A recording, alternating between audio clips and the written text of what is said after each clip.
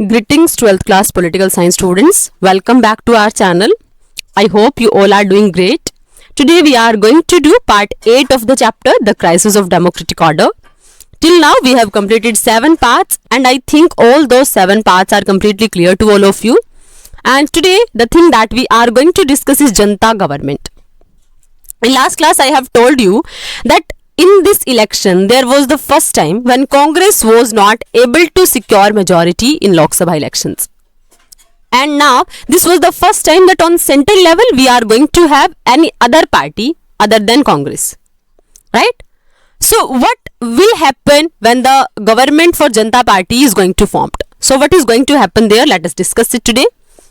So, the Janta Party government that came to power after the 1977 elections was far from cohesive. मतलब अब जो elections के बाद जो रिजल्ट आया वो कहीं ना कहीं क्या था. अब देखो आपको क्या देखने को मिलेगा कि ये जो रिजल्ट था उसका क्या इम्पैक्ट मिलेगा आपको. उसका इम्पैक्ट ये था कि लोग क्या थे कहीं ना कहीं अब कि कहीं ना कहीं सबको इंपॉर्टेंस मिलता. राइट. मतलब ये जो इलेक्शन था क्योंकि देखो कहीं ना कहीं ऐसा होना चाहिए था ना, क्योंकि जब सारी की सारी पार्टीज एक साथ आई तो सबको इंपॉर्टेंस मिलना चाहिए था. बट ये उस चीज से कंप्लीटली अवे था ये सारी की सारी चीजें. क्यों? क्योंकि after the elections there was stiff competition among 3 leaders for the post of prime minister. अब क्योंकि देखो इंपॉर्टेंस सबको मिलना था क्योंकि एंटी कांग्रेस में सभी इंक्लूड हुए थे. Janata Party although we were able to see कि जनता पार्टी का स्ट्रॉन्ग होल्ड था, बट इवन देन उन सारे के सारे सेंटिमेंट्स को लोगों को कंबाइन करने में तो सारी की सारी पार्टीज हेल्प कर रही थी ना. तो अब इंपैक्ट क्या पड़ेगा. अब देखो although the people those who were fighting election they were showing that yes we are representing the interest of the people, but election के बाद वो क्या करेंगे. They will try to complete their individual interest also ना. समझ आया. अब इसीलिए क्या होगा now after the election there will be competition. और वो क्यों कंपटीशन होगा क्योंकि अब सोचेंगे कि मैं प्राइम मिनिस्टर बन जाऊं, एक पार्टी का सोचेगा मैं प्राइम मिनिस्टर बन जाऊं और एक पार्टी का सोचेगा मैं प्राइम मिनिस्टर बन जाऊं. So now there will be stiff competition. So after the election there was stiff competition among 3 leaders for the post of prime minister. 3 leaders के बीच में बहुत तगड़े वाला competition हुआ. कौन कौन. Morarji Desai who was the rival to Indira Gandhi ever since 1966 और 67. मोरारजी देसाई का नेम आप लोगों को याद हो, जब पहली बार केरला में कहीं ना कहीं गवर्नमेंट बनती है तो वहां पर भी इनका कंट्रीब्यूशन था. तो यहां पर आप लोगों ने क्या देखा. मोरारजी देसाई प्राइम मिनिस्टर के लिए तो वो क्या थे स्टार्टिंग से लेकर इंदिरा गांधी के बड़े राइवल थे, प्रतिद्वंद्वी थे. चरण Singh leader of Bharatiya Lokdal was a farmer leader from UP. Charan Singh भी पॉपुलर लीडर थे जो क्या थे फार्मर्स के पॉपुलर लीडर थे और वो यूपी से लीडर थे. Jagjivan Ram who had vast experience as a senior minister in the Congress governments. और जगजीवन राम अब क्योंकि देखो इनको क्या लगेगा कि हम कांग्रेस छोड़ के इनके साथ इंक्लूड हुए हैं तो हमें तो इंपॉर्टेंस मिलना चाहिए ना. समझ आया. मतलब अब हर कोई जो पहले कॉमन वाला इंटरेस्ट था ना कि कांग्रेस को बाहर निकालो, अब वो कॉमन वाला तो पूरा हो गया. Now what after that. Common वाला इंटेंशन पूरा हो गया लेकिन उस कॉमन के बाद भी तो कुछ चीजें निकलेंगी ना. अब वो कॉमन के बाद क्या चीजें निकलने वाली हैं. उस कॉमन के बाद अब कन्फ्लिक्ट्स हुए किसके लिए. For the post of prime minister. और मोरारजी देसाई उसके अलावा चरण सिंह, उसके अलावा आप लोगों ने किसका नेम पढ़ा, उसके अलावा आप लोगों ने नेम पढ़ा जगजीवन राम का, क्योंकि हर कोई ये फील कर रहा था that because of my contribution we are able to defeat Congress party. समझ आया. सो अब फिर क्या हुआ. Eventually Morarji Desai became the prime minister but that did not bring the power struggle with in the party to an end. But finally क्या हुआ क्योंकि मोरारजी देसाई इतने टाइम से स्ट्रगल करते आ रहे थे है ना इंदिरा गांधी को डिफीट करने के लिए. इतने टाइम पीरियड से वो इतने बड़े एक टाइप से अगेंस्ट खड़े हुए थे इंदिरा गांधी के. तो फाइनली उनको रिजल्ट मिला, उनको बनाया गया प्राइम मिनिस्टर. बट इस सिचुएशन के बाद भी पावर स्ट्रगल का एंड नहीं हुआ. ये देखो किसकी फोटो है. Oath taking by the first non Congress government at the centre in 1977. In the pictures are Jayaprakash Narayan आपको दिख रहे हैं. राइट. उसके बाद जेबी कृपलानी, मोरारजी देसाई आपको दिख रहे हैं, अटल बिहारी वाजपेयी आपको दिख रहे हैं. These 4 leaders are there. Right. तो ये क्या कर रहे हैं एंटी कांग्रेस के अगेंस्ट में क्या हो रहा है. Anti Congress first time anti Congress government बन गई है. लेकिन क्या इसका मतलब ये हुआ जब मोरारजी देसाई ने ओथ ले ली एज द प्राइम मिनिस्टर क्या एंड हो गए कॉन्ट्राडिक्शंस का. So that is no. उस टाइम पर भी कॉन्ट्राडिक्शन खत्म नहीं हुए. राइट. ये हम मैप ऑलरेडी देख चुके हैं. इस मैप को देख के देखो not the illustration of the map, क्योंकि ये जो बाउंड्रीज वगैरह ना इसके रिगार्डिंग होता है कि आप इस बाउंड्रीज को एक्यूरेट ना मान के चलें. अब देखो read the map and identify the states. Congress lost देखो सारा नॉर्थ इंडिया लगा लो भाई, है ना, मतलब जम्मू कश्मीर वाले पार्ट को छोड़ दो, आप हिमाचल देख लो, पंजाब देख लो, हरियाणा देख लो, आप राजस्थान देख लो, गुजरात देख लो, मध्य प्रदेश देख लो, राइट, बिहार देख लो, ये सारे के सारे स्टेट्स कौन से हैं जहां पर कांग्रेस हार गई। Okay, Congress lost very badly, मतलब नॉर्थ इंडिया को आप मान सकते हो बहुत बैडली, बहुत बुरे तरीके से हार गई। दो स्टेट्स फिर Congress and its allies nearly swept the polls. यहां पर अगर आप येलो कलर देखते हो साउथ इंडिया में, राइट, आपको दिख रहा है ना, तो ये वाला वो पार्ट है इंडिया का जहां पर कांग्रेस और उसके अलाइज ने, यहां पर भी आप देख लो, राइट, आपको क्या देखने को मिल रहा है कि यहां पर हमारी कंट्री में क्या हुआ, कांग्रेस ने सभी को स्वेप्ट आउट कर दिया। अगर आप नॉर्थ इंडिया में भी देखते हो तो वहां पर भी आपको देखने को मिलता है, नॉर्थ ईस्ट में, राइट। अब उसके बाद how can we talk about a mandate और verdict in 1977 when the north and south voted so differently. मतलब जब आप बोलते हो ना कि जो 1977 के इलेक्शंस हुए उसमें एक वर्डिक्ट ये निकला कि लोगों ने कांग्रेस को एक्सेप्ट नहीं किया, बट प्रॉब्लम तो ये है कि एक्चुअल में कोई एक कॉमन वर्डिक्ट आई ही नहीं। North India that was completely different, south India that was completely different. तो आप एक वर्डिक्ट कैसे मान सकते हो कि एक लोग एक चीज पर, एक डिसीजन पर कहीं ना कहीं एग्री करते थे? दैट्स नॉट पॉसिबल ना, समझ आया। So which are the constituencies in north India that the Congress manage to win. देखो ये वाली कॉन्स्टिट्यूएंसी जब आप देख सकते हो, है ना, कुछ पार्ट असम के, कुछ अरुणाचल का पार्ट हो गया, कुछ पार्ट त्रिपुरा मिजोरम इनका हो गया, राइट, तो ये वाला पार्ट हो गया। ओके, तो यहां पर तो येलो है, ब्लू है, सॉरी, अदर्स की है, राइट। तो अब देखो यहां पे क्या हुआ कि यहां पर आपको देखने को मिल रहा है कि कुछ ऐसे पार्ट्स हैं जहां पर कांग्रेस जीत जाती है इलेक्शंस को। अब यहां पर देखो ये चौधरी चरण सिंह, आप लोगों ने ऊपर नेम पढ़ा ना, फार्मर लीडर के फॉर्म में आप लोगों ने नेम पढ़ा। तो अब देखो ये क्या थे, prime minister of India between जुलाई 1979 जनवरी 1980, ये प्राइम मिनिस्टर बनेंगे अभी, अब कैसे बनेंगे वो भी पढ़ेंगे। फ्रीडम फाइटर थे, active in the politics of Uttar Pradesh, पढ़ा आप लोगों ने, उत्तर प्रदेश से बहुत इंपॉर्टेंट फार्मर लीडर थे। उसके बाद proponent of rural and agricultural developments, उसके बहुत तगड़े वाले समर्थक थे। Left Congress party and found भारतीय क्रांति दल इन 1967। उन्होंने क्या किया, कांग्रेस पार्टी को छोड़ दी। देखो जितने इंपॉर्टेंट लीडर्स आप लोग देख पा रहे हो ना, वो सारे के सारे कांग्रेस से ही निकल के आए हैं, राइट। और उन्होंने क्या बना लिया, भारतीय क्रांति दल बनाया। Twice chief minister of UP, 2 बार यूपी के चीफ मिनिस्टर भी रहे। Later he was one of the founders of Janata party. जब 1977 में जनता पार्टी थी तो उसके फाउंडर्स में थे। And became deputy prime minister and home minister, deputy prime minister बने, होम मिनिस्टर भी बने 1977 से 79 तक, समझ आया। Founder of Lokdal, also Lokdal के भी फाउंडर रहे, राइट। अब देखो क्या हुआ, ये इमेज देखो आप लोग, ये पिक्चर देखो, देखो यहां पे क्या हो रहा है, यहां पे किसान सम्मेलन चल रहा है, पार्टी इन फाइटिंग। अब यहाँ पे और कोई कुछ बोल रहा है, क्रांति प्रोज, ये सारी चीजें वायलेंट चल रही हैं, ओपोनेंट डिमांड्स, ये सारी की सारी चीजें, लेकिन क्या बोल रहे हैं, आई कांट हियर यू। मतलब अब सिचुएशन ऐसी हो रही है कि कोई ना कोई, अब इलेक्शन प्रोमिसेस, जब लोगों को जो इलेक्शन प्रोमिसेस हुए वो भी सारी की सारी चीजें अब फुलफिल नहीं हो पा रही हैं, राइट। अब देखो यहाँ पे इंदिरा गांधी, अब क्या सिचुएशन होने वाली है सारी की सारी, पहले ये पढ़ो फिर हम ऊपर वाली पिक्चर पे दोबारा आते हैं, राइट।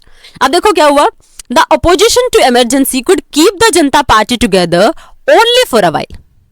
अब देखो, क्योंकि अब जिस चीज का ना बेस स्ट्रॉन्ग नहीं होता, always keep in your mind, अगर आप किसी चीज के ऊपर स्टे करना चाहते हो ना तो पहले उस चीज के बेस को स्ट्रॉन्ग बनाओ, राइट।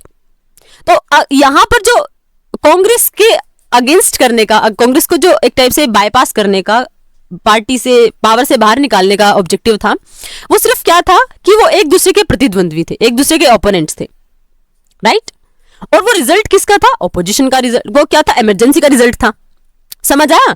तो इसीलिए क्या हुआ, वो रिजल्ट जो था वो ज्यादा टाइम तक लोगों को एक साथ नहीं रख सकता था ना, राइट। तो बहुत कम टाइम के लिए क्या हुआ, जनता पार्टी एक साथ रह पाई, क्योंकि ऑलरेडी क्राइसिस किसके रिगार्डिंग थे कि प्राइम मिनिस्टर कौन बनेगा। So it's crisis felt that the Janata Party lack direction, leadership and a common programme. अब जल्दी ही सबके सामने क्या आ गया कि हालांकि जनता पार्टी इलेक्शन जीत गई, बट फिर भी क्या है, क्योंकि देखो कहीं ना कहीं वो जनता पार्टी एक साथ लोगों को रख पाने में सक्सेसफुल नहीं हुई, तो लोगों ने फील किया कि जनता पार्टी में डायरेक्शन की लैक है, कमी है, लीडरशिप की कमी है और कॉमन प्रोग्राम की कमी है। The Janata party government could not bring out a fundamental change in the policies from those pursued by the Congress. क्योंकि देखो हम लोगों ने क्या पढ़ा, यहां उनको ना एक टाइप से एज अ गोल्डन चांस मिल गया था कि वो कांग्रेस को बाहर करें पावर से, राइट। बट उन लोगों ने ये तो सोच लिया कि कांग्रेस को हमें बाहर करना है, लेकिन ऐसा कोई गोल था ही नहीं जिसके बाद वो ये दिखा सके कि ये पॉलिसी हम लोगों ने कांग्रेस से अलग की हुई है। मतलब जैसी चीजें चली आ रही थी कांग्रेस के टाइम पीरियड से, वैसी चीजें अभी भी चल रही हैं। समझ आया? मतलब ऐसा कोई फंडामेंटल चेंज आया ही नहीं पॉलिसीज में, तो अब लोगों को क्या मिलेगा? लोग तो बोलेंगे कि हमने जिस चीज के रिगार्डिंग आपको वोटिंग करी वो चीज तो कुछ भी हुई ही नहीं, आप लोगों ने कोई ऐसा सिस्टम चेंज किया ही नहीं। इसीलिए क्या होगा, अब देखो जैसे कांग्रेस में स्प्लिट होने शुरू हुए ना, यहां ये भी स्प्लिट होगी। समझ आया? The Janata party split and the government which was led by Morarji Desai lost its majority in less than 18 months। 18 months का मतलब समझते हो? मतलब 1.5 साल सिर्फ। समझ आया?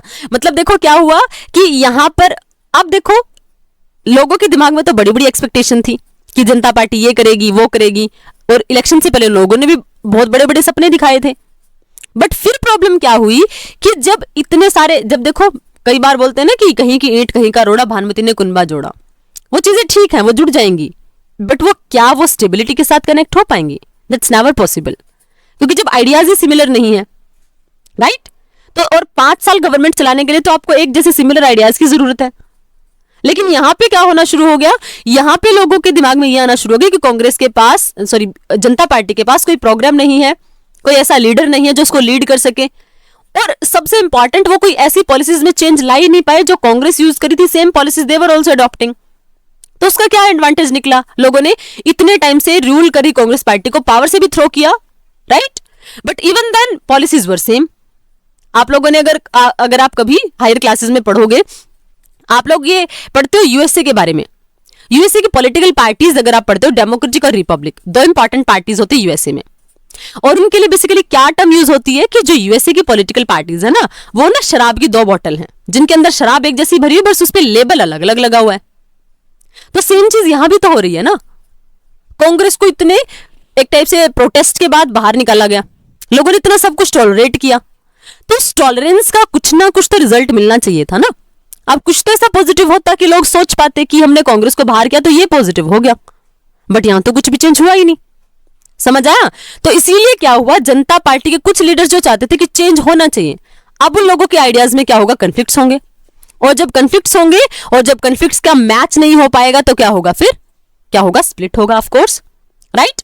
तो जनता पार्टी फाइनली स्प्लिट हो गई और government which was led by Morarji Desai अब मेजोरिटी लूज होगी, क्योंकि पहले तुम लोगों ने पढ़ा मेजोरिटी के साथ आई, बट इवन देन जब स्प्लिट होगा तो मतलब आधे उस साइड, और फिर मेजोरिटी खत्म, मतलब और 18 मंथ मतलब 1.5 साल के अंदर अंदर ही क्या हो गया, गवर्नमेंट कोलैप्स हो गई, राइट। समझ आया? अनदर गवर्नमेंट हेडेड बाय चरण Singh was formed on the assurance of the support of Congress party. अब देखो यहां फिर कांग्रेस को फिर से चांस मिल गया। चरण सिंह पढ़ा था ना, क्या थे, एग्रीकल्चर के लीडर थे, फार्मर लीडर थे। अब उन्होंने क्या बोला, अब उन्होंने गवर्नमेंट बनाई चरण सिंह ने, और अश्योरेंस किसका मिला, कांग्रेस का सपोर्ट मिला, right. But the Congress party later decided to withdraw its support, with the result that the Charan Singh government could remain in the power only for just 4 months. For just about 4 months. देखो यहां कांग्रेस क्या करे, type से मजे लेने की कोशिश कर रही है। क्यों? क्योंकि उनको पता वो तो बाहर है भाई पावर से, कोई क्या बिगाड़ेगा, वो तो बाहर है पावर से, ज्यादा से ज्यादा क्या होगा, इलेक्शंस हो जाएंगे नए। समझ आया? तो यहां पर देखो क्या हुआ, पहले तो जनता पार्टी बाहर हुई, उसके बाद फिर चरण सिंह की पार्टी ने गवर्नमेंट बनाई। उन्होंने क्या बोला और उनको सपोर्ट किसने दिया, कांग्रेस ने सपोर्ट किया। बट कांग्रेस को क्या था, कांग्रेस को तो खुद के, जब इतने टाइम से भाई कोई पावर कंट्रोल करते आ रहा है तो एज अ सबऑर्डिनेट वर्क नहीं कर सकता, right. And the same thing happened with the Congress. Congress ने अपना सपोर्ट वापस लिया और फाइनली क्या हुआ, 4 महीने के अंदर ही क्या हो गया, गवर्नमेंट सिर्फ पावर यूज कर पाई 4 मंथ्स के लिए। अब लेकिन अगर ऐसे सिस्टम हो गया तो अब तो इलेक्शंस करवाने ही पड़ेंगे, क्योंकि गवर्नमेंट के बिना सिस्टम चलेगा ही नहीं, राइट। तो देखो 1977 में इतने प्रॉब्लम्स के बाद तो जनता पार्टी की गवर्नमेंट बनी और वो भी नहीं चल पाई। चरण सिंह ने कोशिश की, वो भी नहीं चल पाई। तो फिर फाइनली क्या होगा, fresh Lok Sabha elections were held in January 1980 in which the Janata Party suffered a comprehensive defeat, especially north India where it had swept the polls in 1977। अब देखो लोगों के दिमाग में तो क्या जाएगा कि भाई हम लोगों ने इनके ऊपर ट्रस्ट करके वोट दी थी, लेकिन कुछ हुआ ही नहीं, राइट। तो मतलब जब 1980 में फिर से फ्रेश इलेक्शन हुए तो वहां पे इस बार क्या हुआ, इस बार उल्टा सिनेरियो है। कैसे कि जनता पार्टी ने नॉर्थ इंडिया से क्या किया था, कांग्रेस को स्वेप्ट आउट किया था, बाहर कर दिया था बिल्कुल पॉलिटिक्स से। बट यहां पे अब जनता पार्टी उन्हीं सीट्स पर इलेक्शन हार गई जहां से उसने कांग्रेस को बाहर निकाला था, क्योंकि लोगों की डिमांड से पूरी नहीं हो रही थी ना, लोगों की एक्सपेक्टेशन कुछ और थी। So Congress Party led by Indira Gandhi clearly repeated its great victory in 1971। मतलब देखो हद की बात हो गई है भाई, अब फिर दोबारा से इंदिरा गांधी की गवर्नमेंट। और देखो इसका रीजन सिर्फ एक है, इसका रीजन क्या है कि अपोजिशन की फॉर्म में कोई ऐसे स्ट्रॉन्ग लीडर है ही नहीं। अपोजिशन है, क्यों अपोजिशन है, क्योंकि उनको अपोज करना भी पॉलिसीज को, that's it. They are not having clear motto, clear vision. अगर वो गवर्नमेंट बना भी रहे तो गवर्नमेंट उनके अंदर इंटरनल कॉन्फ्लिक्ट्स इतने ज्यादा हो जा रहे कि वो गवर्नमेंट को, मतलब कांग्रेस को वो अपोज ही नहीं कर पा रहे हैं। समझ आया? तो इस सिनेरियो के चलते चलते, इस सिस्टम के चलते चलते क्या हो रहा है, इस सिस्टम के चलते यही चल रहा है कि कंट्री में जस्ट प्रॉब्लम्स हो रही हैं और उसका बेनिफिट किसको मिल रहा है, दोबारा से कांग्रेस पार्टी को मिल रहा है। फाइनली क्या हुआ, कांग्रेस ने रिपीट किया वही वाला रिजल्ट जो 1971 में हुआ था, जब गरीबी हटाओ का स्लोगन दिया था इंदिरा गांधी ने, और इस बार क्या मिली, 353 seats and came back to the power. Now clap again for Congress, दोबारा से पावर में आ गई है। मतलब by hook and by crook, चाहे कुछ भी किया हो, बट इवन देन कांग्रेस ने दोबारा से रिस्टोर कर लिया पावर्स को। The experience of 1977 and to 77 to 79 taught another lesson in democratic politics. अब यहां से हम लोगों ने कुछ और सीखा। यहां से क्या सीखा, यहां से ये सीखा कि आप अपनी, मतलब अपने इंडिविजुअल इंटरेस्ट की वजह से आप कुछ करना चाहते हो ना, तो फर्स्ट बी यूनाइट। प्रोटेस्ट करने के लिए भी यूनाइट होने की जरूरत है। सिर्फ इस चीज के लिए कि आपको अपोज करना है किसी चीज को, उसके लिए आप कंबाइन नहीं हो सकते हो। अगर कंबाइन होगे भी तो वो रिजल्ट कुछ दिनों के लिए वर्क करेगा, ज्यादा टाइम के लिए वो स्टे कर ही नहीं पाएगा। Government that are seen to be unstable and quarrelsome are severely punished by the voters. और देखो क्या समझ आया, एक तो हम लोगों ने जब 1975 में इमरजेंसी लगी तो हम लोगों ने समझा था, क्या समझा था, हम लोगों ने ये समझा था कि जनता बेवकूफ नहीं है। आप अगर हमारे ऊपर इतने ज्यादा रेस्ट्रिक्शंस लगाओगे, डेमोक्रेसी को खत्म करने की कोशिश करोगे, तो यू आर नॉट सुप्रीम। हमने गवर्नमेंट को उनकी लिमिट एक टाइप से मेमोराइज करवा दी थी, याद करा दी थी कि नहीं, आपको वर्क करना है तो be in democratic limit, you will have to stay you will have to keep yourself in limits, right. लेकिन यहां पर क्या समझ आया, यहां पर यह समझ आया कि अगर गवर्नमेंट को वर्क करना है ना, तो क्या करना पड़ेगा, उनको अपने बीच के झगड़े पहले सॉर्ट आउट करने पड़ेंगे। पहले अपनी खुद की इंस्टेबिलिटी को स्टेबल करो, तब इलेक्शन लड़ो। क्योंकि अगर ऐसी इंस्टेबिलिटी रही, ऐसे झगड़े होते रहे, तो पब्लिक फिर आपको पनिश करने वाली है in the form of defeat in elections. समझा? अब देखो, now we are coming again to this picture. This picture, यहां पे आपको देखो क्या देखने को मिला, यहां पर देखो Indira Gandhi, what is she saying, I toppled Janata government. मतलब ये क्या बोल रहे कि मैंने गिरा दिया भाई, बाहर कर दिया मैंने। क्या पढ़ा कि दोबारा से कांग्रेस की जीत हुई है ना, तो यहाँ पे इंदिरा गांधी बड़ी खुश हो रही हैं, क्या बता रही कि मैंने बाहर कर दिया। देखो यहाँ पर वर्ड यूज आई, ये क्रिटिसिज्म के लिए होता है बेसिकली, लेकिन ये वाले लीडर्स क्या बोल रहे हैं, that's a lie, everybody knows we all worked for 2 years and brought it down. ये अब जो कांग्रेस वाले लीडर्स हैं ये भी बोल रहे कि ये तो गलत बात है, सरासरी गलत है, हम लोगों ने भी तो वर्क किया, राइट। बट ये क्या बोल रही है, आई टॉपल्ड जनता गवर्नमेंट, मैंने गिरा दिया, by all means let us get. और देखो ये क्या हो रहा है, देखो यहाँ पे देखो, Janata party faction fight inspired many cartoons at the time, here is a selection. यहाँ पे देखो ये क्या हो रहा है, जनता पार्टी की गवर्नमेंट में आप लोगों को क्या देखने को मिल रहा है, by all means let us get under one umbrella but let me do it first. देखो ये अम्ब्रेला आपको दिख रहा है, दिस इज अम्ब्रेला, और इस अम्ब्रेला को ना हर कोई पकड़ने की कोशिश कर रहा है। मतलब ये चीजें क्या शो कर रही हैं, कंबाइन तो हुए हैं, राइट, कंबाइन हुए हैं पीपल, नो डाउट, बट वो जो कंबाइन हुए they are for their individual interest only. समझ आया? और यहाँ पे अगर उनको विक्ट्री भी मिले, उस विक्ट्री के बाद वो क्या करने की कोशिश कर रहे हैं, वो ये सोचने की कोशिश करें कि मेरे को प्राइम मिनिस्टर की सीट मिलनी चाहिए, मेरे को प्राइम मिनिस्टर की अथॉरिटी मिलनी चाहिए। देखो अगेन इट इज शोन कि by all means let us get under one umbrella but let me do it first, मेरे को पहले इसको ओपन करने दो, मतलब मेरे को पहले प्राइम मिनिस्टर बन जाने दो। समझ आया? और इन सारी की सारी चीजों की वजह से क्या हो रहा है, इन सारी की सारी चीजों की वजह से कहीं ना कहीं आप लोगों ने देखा कि गवर्नमेंट एक बार 1.5 साल के अंदर ही, 1.5 year के अंदर ही, और एक बार फिर 4 month के अंदर ही कोलैप्स हो गई। समझ आया? अब देखो आई गॉट इट, क्या समझ आया, emergency was like a vaccination against dictatorship. है ना। डेमोक्रेसी क्या थी, ये पर्सन बोल रहे हैं जो यहाँ पे बैठे हुए हैं, ये पर्सन, कि डेमोक्रेसी क्या एक टाइप से इमरजेंसी क्या थी, एक वैक्सीनेशन थी डिक्टेटरशिप के अगेंस्ट में। It was painful and cause favour but strengthen the resistance of our democracy. मतलब हालांकि हमने बहुत कुछ टॉलरेट किया in the time period of emergency, but कहीं ना कहीं उसने क्या कर दिया, हमारी चीजों को स्ट्रेंथ प्रोवाइड करवाई है हमारी डेमोक्रेसी को, क्योंकि हम लोगों ने पढ़ा था लेसन्स में, हमारी गवर्नमेंट ने भी बहुत सारी चीजें सीखी।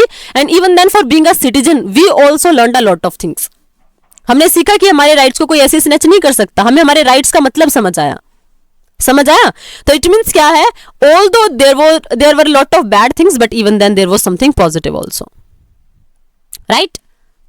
सो now if we will do it, okay, so I hope आपको यहां तक समझ आया होगा, राइट। अब देखो एक जगजीवन राम के बारे में थोड़ा और पढ़ लेते हैं। जगजीवन राम का नाम आप लोगों ने सुना ना, तो वो कौन थे, freedom fighter and Congress leader from Bihar, Congress के लीडर थे बिहार से, deputy prime minister of India, India के डेप्यूटी प्राइम मिनिस्टर भी रहे, member of constituent assembly, Jagjivan Ram constituent assembly के भी मेंबर रहे, ऑल्सो मेंबर ऑफ पार्लियामेंट, मतलब एमपी रहे 1950 से अपनी डेथ तक, मतलब इतने लॉन्ग पीरियड तक, मतलब देखो ये रहा 86 तक, मतलब कितने अचरज की बात है, 1952 से 1986 तक कंटिन्यूअसली एमपी बने रहे, that not a joke, right, it's a serious thing.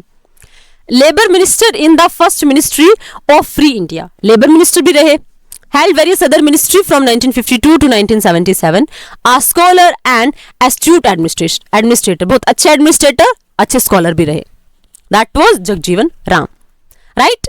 तो यहां तक आप लोगों को क्या समझ आया, आई थिंक यहां तक आप लोग क्लियरली समझ पाए हैं कि क्या हैपन हुआ हमारी कंट्री में।